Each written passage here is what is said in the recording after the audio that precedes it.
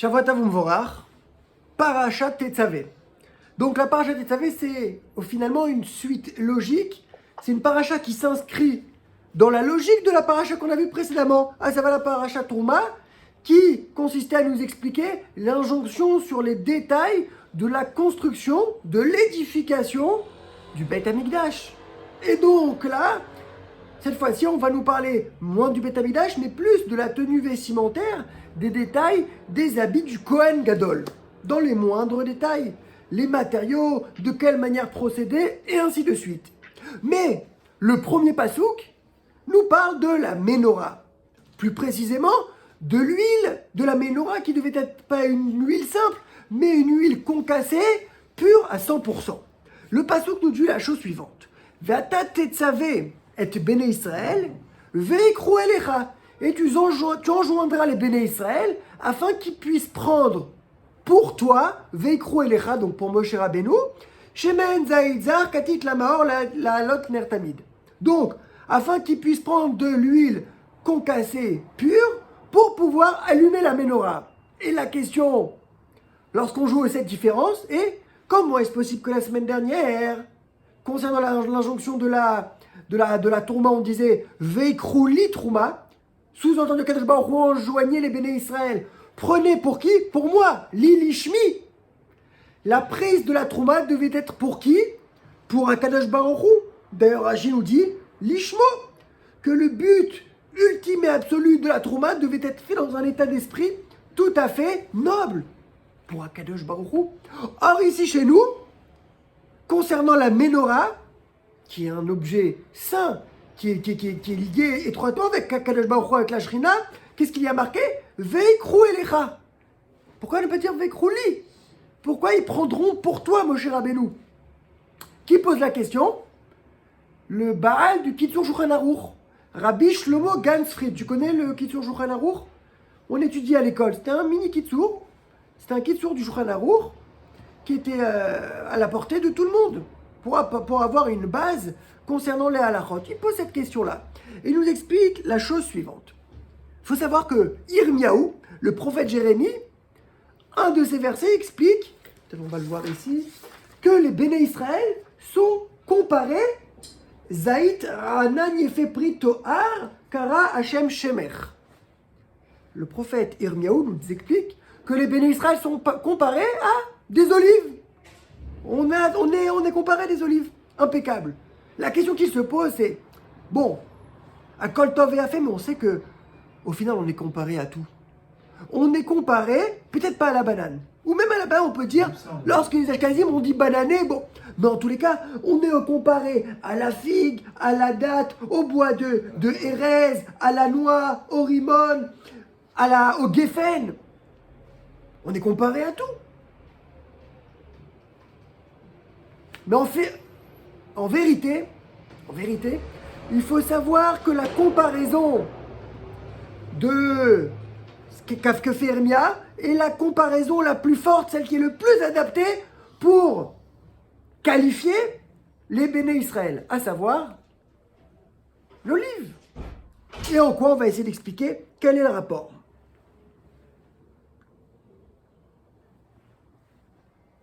Quel est le lien étroit, singulier des béné Israël avec? Il faut savoir que l'olive, afin de pouvoir en extraire l'huile, doit subir une succession de travaux. À savoir, dans un premier temps, les cueillir d'une certaine manière de l'arbre, dans un second temps, les mettre dans un endroit, les concasser. Bon, bien évidemment, pour arriver à la totsa finale, cela doit subir une succession d'opérations pour arriver au final au produit. Chose qui n'existe pas pour les autres fruits. Même le vin, c'est relativement plus simple. Le vin, le raisin, pour arriver au vin. Mais la chose la plus difficile pour obtenir le produit final, c'est l'olive. C'est la même chose pour les béné Israël. Les béné Israël doivent subir la même chose, doivent subir une série d'événements, de traumatismes pour au final obtenir le meilleur d'eux. Telle l'olive. À l'instar de l'olive, que l'olive doit être pressée, doit être concassée, doit être cueillie pour obtenir le vin, c'est la même chose. Moshe Rabbeinu s'est étonné à Kadosh Baruch Hu en lui disant Lama ariarota la ramazé. Pourquoi fais-tu subir de telles douleurs lors de l'esclavage? Il dit c'est inimaginable. Un peuple, une civilisation entière jetés comme des moins que rien, sous la servitude, sous le fardeau égyptien. C'est inimaginable, hein, mais inimaginable. Ils ne comprenaient pas. Ils ne comprenaient pas. Et Akadosh Baruch Hu lui dit, sache que c'est le moyen. J'ai pas fait ça, c'est le moyen pour que les bénis Israël, je connais mes enfants, pour qu'ils puissent être la meilleure version d'eux-mêmes, ils doivent passer des talirs. Ils ont dû passer par ce creuset-là, le creuset de l'Égypte. Et c'est exactement ce qu'on voit tout au long, tout au fil de l'histoire historique de notre peuple. Notamment, on arrive Pourim. Pourim, qu'est-ce qui s'est passé à Pourim? Pourim, les bénis Israël ont subi mais une pression incommensurable. De Haman, Pilpour, il y a eu le Goral. Il y avait une date qui avait été établie où tous les bénis Israël ont été éradiqués. Imaginons un instant l'état d'esprit, la pression, le stress, l'angoisse qui devait régner à ce temps-là. Mais on sait bien que c'est uniquement la cause. Pourquoi Kadosh Baruch Hu a fait en sorte que les choses se passent de cette manière-là? Il faut savoir que les bénis Israël, et on peut dire exactement le même malheur concernant la Shoah, voulaient s'assimiler, voulaient s'émanciper. C'est pas pour rien que les bénis Israël ont voulu participer au banquet qu'avait organisé Achashverosh. C'est pour se faire copain, c'est pour se faire ami, c'est pour être bien vu. Mais on sait bien que c'est aux antipodes des notions de la philosophie. Les juifs, un juif doit rester les vad ishkon. On doit être seul.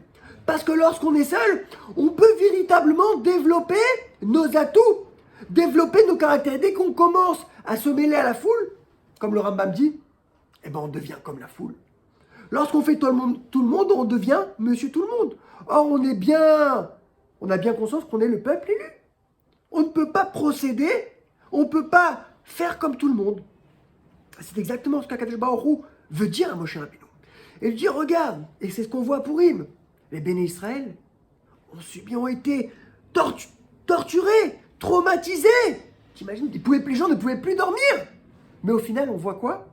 On voit qu'ils ont réussi à retrouver leur lettre de noblesse. Lorsqu'au final, on a vu qu'au final, Achashverosh, il leur donne cette force. Il les nomme, il les hisse à devenir, à faire partie de son ministère. Ça devient les gens importants. Ça devient quelqu'un qu'on respecte. Et quelqu'un qu'on respecte, dès lors qu'ils se font respecter, ils ne sentent pas le besoin de s'assimiler. C'est exactement la même chose pour la Shoah. Les bénis Israël en Pologne, en Russie, les Ashkenazim, c'était une catastrophe. Ils ne voulaient montrer aucun signe ostentatoire de leur religion. Leur religion, elle était tellement cachée qu'ils parvenaient parfois même à l'oublier. Ils oubliaient leurs racines. C'était incroyable. On sait, ils ont subi les douleurs, le drame de la Shoah, mais au final, c'est comme cette olive, elle a été pressée, pour au final faire une nouvelle configuration, une nouvelle mise à jour, et c'est ce qui a donné l'état d'Eretz Israël. Eretz Israël, ça a été la Totsa de la Shoah. C'est pas moi qui le dis, c'est les grands maîtres qui disent que c'est la Totsa. Au final, c'est exactement comme à la période de Achashverosh. On a été nommé, on a été hissé pour être respecté. Et dès lors qu'on a l'état d'Eretz Israël, c'est pas seulement un état comme tous les états, mais c'est un état juif, c'est un état de Yaldout. Et uniquement dans ces conditions-là, on pourra se revendiquer la légitimité d'habiter, que ce soit nous qui habitions Eretz Israël, et pas les autres peuples, et pas les autres civilisations. Et c'est ce que dit, à travers le Passouk, Akadosh Baruch Hu, c'est le message Ve'ata, spécifiquement à toi, j'ordonne. Mon ordre, il est à toi, Ve'ata tetzavet béni Israël, ve'ekrou elecha. Et ils prendront, pas stam, pas krouli. Pour toi, c'est pour t'apprendre que quoi? Shemen zaït. Zar, au même titre, encore une fois, on reprend le yesod, au même titre que l'olive, d'accord, étant soit un produit non fini, qui nécessite, qui a besoin tout un talir pour obtenir la même chose les béné Israël. Et c'est ce qu'on voit, qu'à la fin des béné Israël, à la fin de leur périple, ils ont réussi à aller recevoir la Torah. Si ce n'est qu'ils avaient été formatés à travers l'esclavage, à travers cet asservissement égyptien, ils auraient peut-être jamais été amenés, enclins, aptes à recevoir la Torah. On voit qu'au final, lorsqu'on presse, c'est comme ça qu'on doit procéder avec un juif. Et au final, ce yesod-là, je pense qu'il pourra répondre à ce que dit la Gemara. La Gemara dans Choulin relate une histoire pour le moins étrange. Il y avait Rabba et Rav Yosef qui se sont enfuis de Pumbedita parce que bien entendu, il y a les Shilton qui voulaient leur faire du mal. Hein, c'est l'histoire qui revient en boucle, on sait. Les Juifs ont toujours été poursuivis pour être éradiqués, pour être persécutés.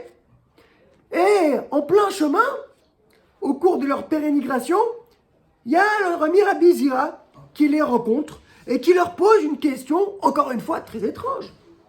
Il lui dit « Kazaït she'amru bimkom mara ?»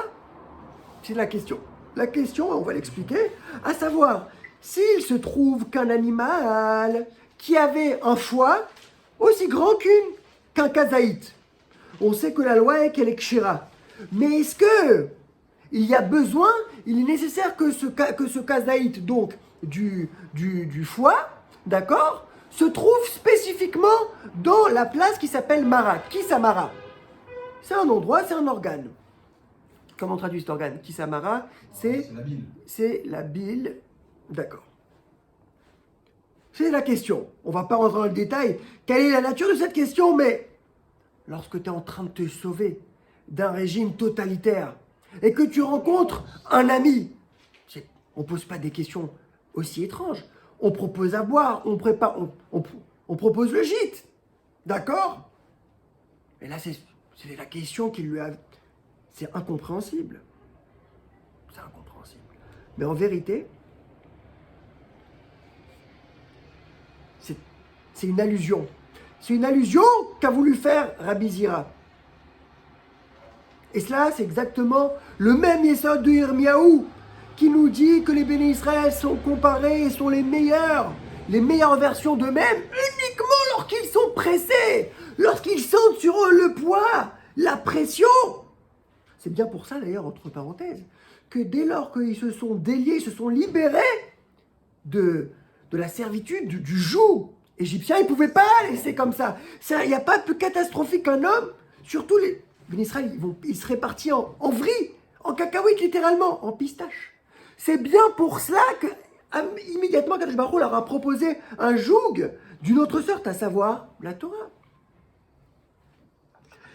Yirmiyahu nous dit l'histoire suivante, la meilleure moyen pour que les béné Israël deviennent les meilleurs d'eux-mêmes. Encore une fois, c'est cette pression-là. Et c'est ce qu'on peut retrouver concernant Rashi. Rashi, son pirouche, il écrit pendant les moments les plus durs de l'histoire. Le Talmud Bavli, il a été écrit où?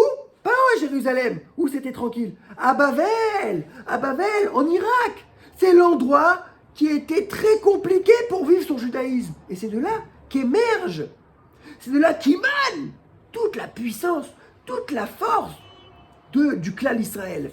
Et c'est ce qu'il lui dit. On reprend les termes. Kazaït she'amru. Le kazaït. Vous les béné Israël, qui avait été comparé, qui est semblable à ce zaït. Bimkom Mara. L'endroit où vous allez le plus vous développer, c'est ce qu'il dit à Rav Yosef et à Rabba. Ne vous inquiétez pas, vous êtes en train de vous enfuir, mais c'est le moment. C'est le moment Mara. C'est quoi Mara? L'amertume. C'est dans les moments amers, difficiles, dans les états de précarité, que c'est là où vous allez le plus vous développer. C'est le moment exceptionnel. C'est ça le message qu'il voulait lui faire passer. C'est exactement ce qu'il voulait lui faire passer. Je sais pas. Et donc bien évidemment, on va essayer de développer une sujet thématique que chacun d'entre nous rencontre, à savoir l'épreuve. L'épreuve. La vie d'un homme, c'est pas une petite rivière qui ruisselle, qui est tranquille. Non. C'est un torrent. C'est des tempêtes. C'est des bourrasques. Des fois, il y a des moments où on ne sait même plus où donner la tête. Il y a deux buts à ces histoires-là, on va essayer de comprendre. faut savoir que Rav Shach expliquait dans son dor, il y avait un certain homme, un grand homme qui s'appelait le Baal HaIsourim. Baal HaIsourim. Et il avait rapporté les paroles du Baal HaIsourim. Le Baal HaIsourim, c'était quelqu'un d'exceptionnel. C'était quelqu'un qui était capable, qui avait cette faculté-là de recevoir tous les Isourim, au même titre qu'il recevait. Si on lui dit, voilà, t'as gagné l'auto, il était heureux. Les Isourim, il était en capacité, il avait tellement intégré la Emouna, le Biteran, la Barou, qu'il le recevait de la même manière, avec autant de joie et avec autant de plaisir. C'est masochisme, mais en fait, c'est ça la perspective de la Torah. Et il expliquait qu'à son époque, encore une fois, il y avait en Russie un camp, il y avait d'innombrables camps de concentration qui faisaient travailler les Juifs. Mais le pire du pire, celui qui était même pas souhaité à son pire ennemi, c'était celui de Katringa. C'était le pire, tant par le climat, le froid, c'était et la douleur, d'accord. Le travail était tellement laborieux là-bas, personne ne voulait. À tel point que on essayait, dès que quelqu'un avait reçu l'ordre d'aller travailler, il demandait de lui alléger, quitte à même partir à se faire envoyer en Sibérie. T'imagines? Sibérie, on sait que c'est le pire du pire, mais on dit, Katringa, c'était le camp le pire du pire. Il dit la même chose. Lorsque les gens y recevaient la lettre, votre demande a été acceptée avec joie, nous allons vous affecter où? En Sibérie. Les gens, dans cette joie. Et dans cette joie, c'est incroyable. On est dans un délire masochiste. Il dit, c'est exactement ça. Lorsqu'un homme reçoit des Issourim, on reçoit un Issour, mais en fait, le but, la vocation du Issour, c'est quoi? On sait qu'après 120 ans, on va devoir donner des comptes. Et ces comptes ne vont pas être dénués de toute difficulté, de toute douleur. Le Guénam, c'est quelque chose d'horrible. La douleur du Guénam, c'est horrible, c'est la plus grande douleur, au même titre que le Gan Eden. C'est le plus grand des plaisirs, c'est la quintessence du plaisir, la même chose. Le Guénam, c'est la douleur, sa souffrance poussée à son paroxysme. Et donc, c'est exactement cela. Si maintenant on a une possibilité de purger nos avérotes, avec des Issourim, mais ces Issourim-là ne sont jamais comme les Issourim qu'on aurait reçus dans... On doit sauter de joie. Le type, il reçoit sa lettre. Non, tu vas pas à la Katringa, tu vas aller en Sibérie. Il saute de joie. C'est exactement ici. Moi, c'est ma perspective, c'est ma façon de voir. C'est mon optique. Dès que je rends un Issour, je sais que je suis en train de me purger. Et que ça va me permettre de moins souffrir après 120 ans. C'est incroyable. Mais si on essaye d'intégrer ça, on essaye d'adopter, de façonner sa vision, sa perspective. On vit la vie, c'est une autre vie. C'est une vie plus juste. C'est une vie qui vaut le coup d'être vécue. Et d'ailleurs, le Stapler, qui parlait en permanence, systématiquement des... Tu sais, le Stapler, c'était un grand maître de Bénébrac, d'accord? Le père de Raphaël Kanefsi, qui disait quelque chose de merveilleux. Les Issourim, ils viendront, la masse de Issourim, la masse d'épreuves, le lot de Issourim qui t'est attribué, il t'arrivera inéluctablement, que tu le veuilles ou non. Alors, c'est quoi le défi? C'est quoi le but Tu peux choisir dans quoi tu vas voir le Issour. Il y en a qui l'auront avec les enfants. Ceux qui n'ont pas d'enfants, ils vont pas croire. Ah ben j'ai pas d'enfants, ça va m'alléger. Non. C'est ce qui répondait aux gens qui avaient peur d'avoir des enfants. Tu dis mais attends, il faut penser à l'oseille, il faut les nourrir, il faut s'en occuper. Et ils sont tout le temps malades, hein, viens. Ça demande. Mais il explique de toutes les manières, tu auras l'épreuve, elle viendra. C'est comme le Waze. Que tu veux, l'itinéraire, d'accord? Si tu veux pas suivre le premier itinéraire, il va recalculer, tu vas tourner à droite, tu vas sortir de la trajectoire du Waze, il va te ramener pour arriver toujours à ton objectif, quoi que tu fasses. Explique-les ça. La masse est inéluctable. La chose, dans quoi tu veux la mettre? Alors si déjà, autant la mettre dans Adam Kamut Baoel. Si tu investis dans la Torah, cette fatigue-là, elle va se soustraire au nisyonotes, à la fatigue que tu aurais dû, qui aurait dû t'être administrée. C'est incroyable. Ça donne envie. Oh purée, la Torah, c'est barbant, c'est dur. Non. Effectivement, c'est dur. D'ailleurs, c'est ce que nous dit le Rochaim. Là, il fait tout un malheur sur le premier passouk concernant la Torah, que la Torah doit être zar. Katit, elle est amère. La Torah, c'est amer. Dans les premières démarches de l'homme, la Torah, c'est quelque chose d'amer. C'est quelque chose qui est difficile, certes. Mais si tu sais que ça, tu préfères étudier un Tosfot de Kasset pendant 1 heure, ou non, tomber en panne au milieu du désert, sans eau. Tu vas préférer te fatiguer sur un Tosfot avec le masga en train de siroter une petite menthe, non? C'est logique. C'est ça. L'homme doit choisir là où il aura ses douleurs et ses difficultés. C'est pour ça qu'il y avait une dame d'ailleurs qui n'en pouvait plus de ses enfants. Elle est partie voir le stapler. Elle dit, s'il vous plaît, je veux, bénissez-moi, maître. Bénissez-moi. Comme dans Rabbi Jacob. Bénissez-moi. Et elle lui dit, tu veux quoi? Et j'en peux plus. Gidoul Banim, c'est, j'en veux plus. J'en veux plus. Je veux plus avoir ces... Elle lui dit, mais c'est très grave ce que tu me demandes. Elle a insisté, elle l'a exhorté au final. Il lui a fait la bracha. Le lendemain de cette bracha-là, qui est venu? Il y a ses voisins du haut qui ont déménagé et ont emménagé des nouveaux voisins. Elle était contente, voilà, c'est bien des nouveautés. En plus, ça avait l'air d'une famille correcte et géniale. Toute la nuit, elle n'a pas pu dormir. Les bambins qui faisaient du bruit toute la nuit. Toute la nuit, et ils ont fait du bruit. Elle se réveille, elle va dans son salon, elle voit, il fait nuit. Tout son salon obscur. Qu'est-ce qu'elle découvre? Que les voisins du haut avaient sorti une bière P7. Et donc ça lui avait couvert toute la luminosité de son salon. Elle n'en pouvait plus. Elle a dit, mais je viens véritable. Elle est repartie voir le stapler. Elle a dit, tu t'as vu, je t'avais vu dit. Vaut mieux recevoir des missionnautes dans des choses comme ça, dans le Gidoul Banim, plutôt qu'en d'autres choses, parce qu'on ne sait même pas si tu vas être capable de les supporter. C'est incroyable. C'est incroyable. Mais si on réfléchit, on peut constater qu'au final, il y a deux intérêts majeurs aux nissionotes, aux épreuves que nous vivons.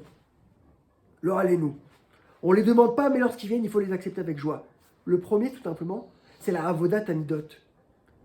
Lorsqu'on se prend des claques dans la vie, et je pense que chacun de nous se reçoit des claques, des grosses, des petites. On se reçoit des claques, mais au final, le but, c'est de faire une rétrospection, une introspection, de réfléchir. Et de devenir mieux, de devenir meilleur. Ça peut soit travailler sur la patience, travailler sur le kavod, la gava, ainsi de suite. Première chose, ça te permet de devenir un meilleur homme. Pour être plus sociable, pour être plus aimé aux yeux des hommes, aux yeux d'Akadosh Baruch Hu, aux yeux de sa femme, aux yeux de ses enfants. Ça, c'est première chose. Et en plus de ça, le nec plus ultra, c'est comme la lessive, 2 en 1, ou comme le Head and Shoulders. Tu peux, dans le Olam Haba, chaque claque que tu t'es pris en pleine figure, ça te soustrait de la chaleur torride du Guénam. Et rien qu'on essaye de penser à ça, de réfléchir, je pense que ça peut nous changer la perspective qu'on peut avoir et nous alléger de la façon dans laquelle on reçoit la douleur. Et on va continuer, Bezrat Hashem, toujours sur le même pasouk, et on va, comme notre habitude, développer le premier Rashi. Ve'ata tetzavet ben Israël ve'ekrou elecha shemen zaïd zar katit lamaor. Que nous dit le premier Rashi? Ve'ata tetzavet, donc zar blishmarim. Le dibour amatri, le petit titre de Rashi, c'est Ve'ata tetzavet zar. De Rashi, encore une fois 2 en 1, comme le Head and Shoulders. Vas-y, je t'écoute. Il faut savoir qu'à l'époque, c'était pas si bien partagé les Rashi à la Torah. C'est comme dans la Gemara. D'accord. Un début de Pérec, par exemple, si Rashi n'a rien à dire dans un début du Pérec Sheni d'une Masechet, eh ben, il va quand même écrire. Il y a fait méode, quoi la cavode. Donc, soit c'est arbitraire, c'est un problème d'édition. Le rabbi considère, Begodel Rochmato, que c'est pas du tout arbitraire, c'est pas anodin, mais que chaque chose a sa raison et que c'est Rashi, Birvodo ou Beatzmo, dans des temps de galoute incroyables, qui a écrit le Vatate Tzavé aux côtés du Zar. Mais pas Stam, parce que c'est Raché Prakim. Pas Stam, c'est sa règle d'écrire. Mais on peut trouver une deuxième réponse. Non, c'est la base où tout le monde dit ça. Tout le monde dit ça? Alors, c'est la question est plus pour la réponse. Plus ça moque. Ça, voilà. C'est possible qu'il y ait un peu plus ça moque. De Rabbi. D'accord. Parce que je dis, c'est pas moi qui l'ai inventé. Ça, c'est un clal dans Rashi, il a fait méode. Tu vas voir, dans tous les cas, c'est comme ça. Il a fait, en tous les cas, le rabbi s'interroge sur cette façon de procéder. Et il va taper ça, Zar, donc pur. Qu'est-ce que c'est Zar? C'est quelque chose de pur. Blishmarim, sans corps étranger, sans scorie. Il faut que cette huile, elle soit pure. Comment Shishaninu Bemerchot, comme ce qu'on voit dans Menachot, Megargero Berosh Azaïd. Qu'est-ce que c'est? Qu'est-ce que c'est Megargero? Tu m'avais demandé la question il y a 2 ans. Ça doit être choisi Berosh Ailan. Lorsqu'on part à la cueillette, à l'école on partait à la cueillette des fraises, Là, on part à la cueillette des olives. On devait accéder, prendre quelle sorte d'olive? Celle qui était au-dessus de l'arbre. Et on peut se poser de façon sereine, c'est la question suivante. Pourquoi Rachid tout d'abord nous marque ces deux dibour à matril? Donc force est de constater qu'il y aura forcément un lien entre le Atat Tetzavé et le Zar. Et qu'est-ce que veut nous dire Rachid Blishmarim? On sait quelque chose qui est pur, c'est quelque chose qui est 100% pur. C'est le pshat, le pirouge de Rachid n'est pas nécessaire. D'ailleurs, c'est ce qu'on voit dans l'Evona Zacha. Dans quelques paragraphes, on verra la Levona Zaka, la Levona l'encens qui est pur. Rachid n'écrit pas, c'était de l'encens pur à 100%, sans corps étranger. Qu'est-ce que nous veut Rachid? Rachid qu'est-ce que veut nous exclure? De quoi veut nous protéger Rachid? C'est ce qu'on va essayer de développer ce soir, très chers amis, en votre bonne compagnie. En vérité, de l'ordre des mots du pasouk, Shemen est là, il faut un petit travail de mémorisation, de projection. Shemen, Zaïd, Zar, Katit. Donc il s'agit de l'huile, d'olive, qui est pure et qui est concassée. On aurait pu penser que lorsqu'on parle de Zar, on se réfère à l'olive. Mais pourquoi? Tu dirais, et pourquoi? Tout simplement parce que Katit se réfère à quoi? À l'olive. Qu'est-ce qu'on concasse? On concasse de l'huile ou on concasse de l'olive pour pouvoir arriver au produit final qui est l'olive. Donc, Rachid nous dit, chez Menzaïd, Zar, Katit, on dit que Zar et Katit se réfèrent à l'olive. Et c'est exactement le pshat que nous donne le Ibn Ezra. Agarim Shen Bani Push Loneral, qu'il fallait choisir le baba des olives, qui soit pas moisi, qui soit pourri, impeccable. Et c'est sur ce pshat-là que Rachid veut nous exclure. Rachid n'est pas du tout d'accord. Rachid n'est pas d'accord. Il t'explique tout simplement la chose suivante. Zar bli shemarim, lorsque Rachid vient te dire j'ai besoin que ce soit Zar bli shemarim, forcément il te dit, on se réfère, c'est quoi bli shmarim? Shmarim, c'est forcément de l'huile. Que le Zar, la pureté se réfère à... Qu'est-ce qu'il n'a pas? Ça n'existe pas une olive qui n'a pas de corps étranger. Qu'est-ce qui n'a pas de shmarim? C'est l'huile. Et pourquoi? Tout simplement, il te dit parce que Vatat Tetzavé, Akadosh Baruch Hu a enjoint au Béné Israël d'apporter cela. À quel moment? Dans le Midbar. Et je vous pose la question, on peut se poser, est-ce qu'ils avaient des arbres dans le Midbar? Il n'y avait pas d'arbres. Ils n'avaient pas d'arbres. Et ils ont emmené d'Égypte. Qu'est-ce qu'ils avaient emmené d'Égypte? Pas des olives. Ils avaient amené de l'huile. Qu'est-ce qu'ils avaient amené d'Égypte? C'était de l'huile. Ils avaient des grandes jarres d'huile. Et c'est donc, si on veut, c'était historique, c'est un problème technique qui oblige à faire c'est ça. Et Rachid nous dit bien évidemment, le fait de dire Vatat Tetzavé, ça va nous exclure, c'est Miad ou le Dorot. De nous dire non, Vatat Tetzavé, peut-être c'est dans le futur. Lorsque les Béné Israël rentreront en Égypte, non. Rachid vient nous exclure ça, il dit lorsqu'on dit Vatat Tetzavé, c'est Miad. C'est non seulement Miad et les Dorot. T'as compris, Avi, la première façon de Rachid nous dit, lorsqu'on te dit l'huile, lorsqu'on nous dit la pureté, qu'est-ce qui doit être pur? C'est forcément l'huile. Parce que les Béné Israël étaient dans le Midbar. Et dans le Midbar, les Béné Israël avaient pris déjà en amont. Parce qu'ils avaient été ordonnés déjà depuis le début. C'est pas marqué clairement. Mais forcément, Akadosh Baruch Hu leur avait demandé de prendre de l'huile. De l'huile et non des olives. Et on peut rajouter une preuve supplémentaire. Celle de Rachid. Megargero berosh azaït. Si on dit comme le Ibn Ezra, on va être confronté forcément à un problème. Le Ibn Ezra te dit qu'est-ce qui doit être pur? C'est l'olive. Or, est-ce que lorsqu'on est mégarguer berosh azaït, eh ben on va obtenir de l'huile pure? Pas du tout. Le roche azaït, la partie haute de l'arbre, c'est la partie qui se fait le plus picorer par les oiseaux. Donc c'est pas forcément l'endroit par excellence où tu vas obtenir la meilleure olive. C'est comprendre. Rachid nous dit, si on veut le meilleur, il s'agit de quoi? De l'huile. Parce qu'effectivement, l'huile qui a été mévouchélette, qui a été cuite par le soleil, c'est l'huile de la meilleure qualité. Donc, est-ce que tu as compris la réaïa de Rachid, de la Gemara dans Menachot ou pas, Avi? T'as compris ou on la reprend? Non, j'ai compris. Si Si on nous dit que quoi? Que l'huile doit être au-dessus, que l'olive doit être les olives du dessus, forcément ce qui nous intéresse c'est quoi? C'est pas l'olive. Parce que l'olive elle va pas être au top au-dessus. Donc force est de constater que il faut penser comme Rachi. Cette marloquette là a une implication de façon générale dans les mitzvot, à savoir, d'après le Ibn Ezra, lui ce qu'il va dire, lorsqu'on va porter, on doit faire, d'accord, les mitzvot, on doit procéder, d'accord, à la construction, à la fabrication d'une mitzvah, la fabrication elle-même, les produits de la fabrication doivent être les produits les plus nobles. C'est pour ça que l'olive considère le Ibn Ezra qu'elle doit être la meilleure olive. Alors que d'après Rashi te dit non, le but, ce qui nous intéresse, c'est au moment de la netina. Le produit fini, il doit être un produit de meilleure qualité. Mais la manière de le faire nous importe peu. Il faut savoir que lorsqu'on réfléchit d'ailleurs, une olive est constituée par deux aspects tout à fait contradictoires. D'un côté, c'est quelque chose d'amer, quelque chose d'immangeable, inconsommable. Il faut savoir à tel point c'est quelque chose. Et d'ailleurs, on peut dire, c'est le côté obscur de la force, l'olive. L'olive en elle-même, c'est comme on dit Meshaker, Shivim Shnot Shel Limoud. Quelqu'un qui consommerait une olive, ça le fait oublier 70 ans de limoud. C'est pas bon, ah oui, c'est connu que c'est quelque chose qui est caché la shira. C'est pour ça qu'il faut. Il y a plusieurs manières, si on peut en discuter, de quelle manière consommer l'olive. À savoir, il y a certaines olives, est-ce qu'il faut qu'elles soient noires ou pas noires?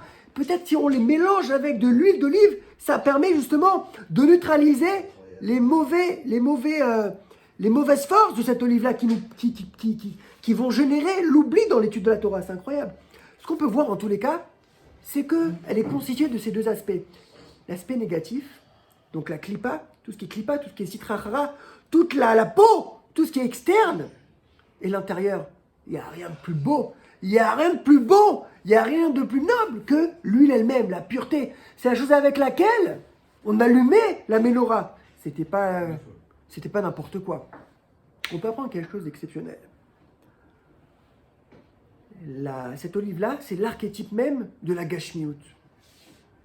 La Gashmiut aussi possède deux visages, deux aspects. Il faut savoir que les religions, que ce soit par exemple la religion chrétienne, les catholiques, eux s'insurgent contre toute la matérialité. Il faut savoir, leur nazirol, leur prêtre, doit s'exclure. La même chose pour les bouddhistes, ils doivent s'exclure de la matérialité. Ils font des jeûnes de la parole, ils s'éloignent des femmes, ils ne se marient pas, ils s'éloignent du vin. Ils veulent s'éloigner de tous les plaisirs et toutes les jouissances, et tous les plaisirs charnels, corporels, matériels. Nous, c'est pas du tout ça. Nous, on pourrait dire que nous, la gashmiut, on la voit comme une olive. Il y a le côté positif, il y a le côté négatif. Le côté négatif, c'est si on l'utilise sans modération, à des fins non recommandables. Mais l'olive peut être utilisée la pnimiout, la chose qui est bonne, ça va nous servir comme moyen dans la vodat Hashem. On voit. Vekarat la Shabbat oneg. La condition sine qua non pour accomplir comme cela Shabbat, c'est biggadim yafim. Les autres religions vont jamais. Quoi? T'as besoin d'en dire le 7e jour qui doit être consacré à Kadosh Baruch Hu, on devrait être séparé de toute matérialité. Non. On achète le petit costume boss. Regarde là, tu peux voir la ceinture boss. On doit se faire classe. Le chapeau, le plus beau kittel, je sais pas comment on appelle ça, là, l'habilo. On doit prendre les mets les plus raffinés. Là, on te dit, mais tu t'embombes dans la gashmiut. Non. C'est fait avec modération, c'est une fois dans la semaine. Et c'est fait dans un état d'esprit tout à fait noble pour un Kadosh Baruch Hu. Et c'est exactement ce qu'on voit concernant, d'accord, les habits du Kohen Gadol. On peut se dire, mais comment les habits du Kohen Gadol devaient être confectionnés? Oui, c'était ce mot-là qui m'avait échappé. Confectionnés avec quoi? De l'or. Avec des matières de luxe. On avait demandé à Pierre Cardin ou à Christian Dior de confectionner les habits du Kohen Gadol. C'est inimaginable. C'est pas sacré. Eh oui, très chers amis. C'est ça l'idée que veut faire véhiculer. Lorsque la gashmiut est mise au service de la rouhaniout, et lorsqu'au final on peut faire la symbiose, la synthèse des deux, c'est de cette manière-là que l'homme et le juif notamment, peut se réaliser. Et ne jamais croire comme les autres religions, croire que pour être quelqu'un de bien, il faut se séparer. C'est ce que prônent d'ailleurs de façon systématique les Chabad. La Sodira Batartonim, on utilise, c'est ce qu'on a vu la semaine dernière concernant le Mishkan Kadosh Baruch Hu, dans les choses basses.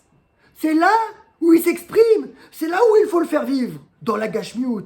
Et c'est ça le défi qui nous est proposé à nous, chaque juif. Baruch Adonai.